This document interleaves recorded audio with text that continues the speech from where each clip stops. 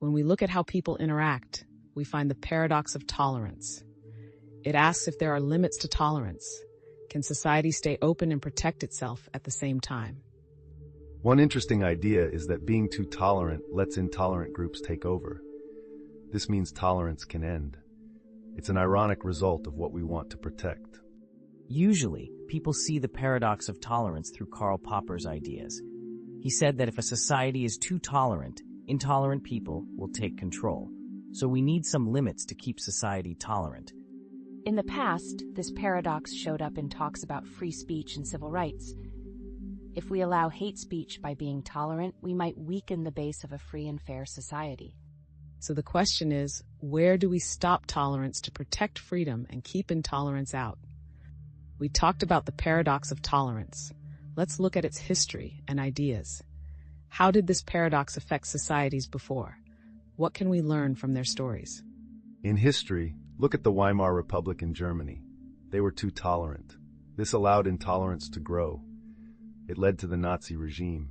It warns us about the danger of too much tolerance. Philosophically, many find Popper's idea important. He said we should not accept intolerant people. This keeps society tolerant. The problem is knowing what is too intolerant without losing our values. Philosophically, this connects to the Enlightenment. It is about freedom and rational discussion. The paradox makes us think about keeping these freedoms when people try to misuse them. It's about being open, but also safe. When we look at these ideas, we must ask, how do we balance necessary limits and keeping our democratic values? Let's shift focus to the real-world implications of the paradox of tolerance. How do these philosophical ideas play out in our society today? Well, today some groups say they want more tolerance, but they are not always tolerant of others. Sometimes people use tolerance as a political tool, not as a social principle. Indeed, many argue that for a society to remain tolerant, we must set clear boundaries, especially in public discourse. Without these boundaries, we risk mainstreaming extremist views under the guise of free speech. Historically speaking, we can see parallels with how modern democracies handle extremist groups. If these groups are given undue leeway, they can destabilize the very foundation of freedom. This is where the paradox comes alive. To preserve freedom, sometimes we must restrict certain expressions of intolerance. It's a challenging balance, isn't it?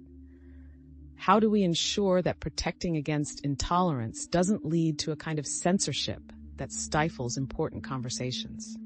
That's a crucial point, Michelle. If we go too far, we might make people censor themselves. They might not want to speak out because of fear.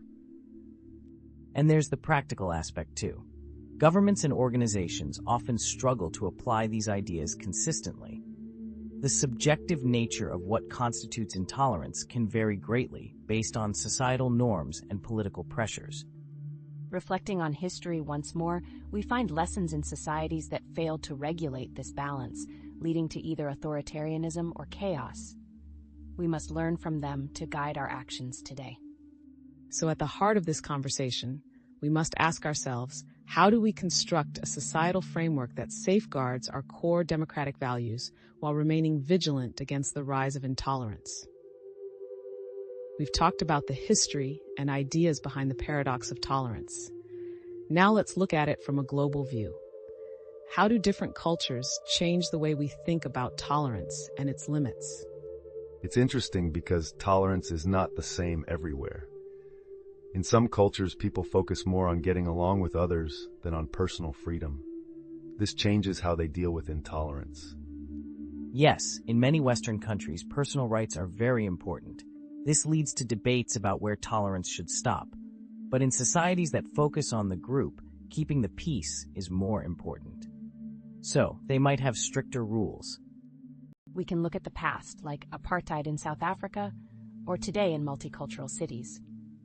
These histories and current diversity show how culture affects tolerance. Societies need to keep peace and listen to different voices. What can we learn from these different ways? Can we find a universal way to deal with tolerance, or should it always depend on the culture? We've talked about different sides of the paradox of tolerance. Now it's time for our final debate. Can we really handle this paradox and still keep our main beliefs? Some people say we need to give up some freedoms to stop bad ideas from spreading. If we don't act, our values might be turned upside down. But it's tricky to protect society without going into censorship. If we limit speech or ideas just because they seem bad, we might stop real conversation and new ideas.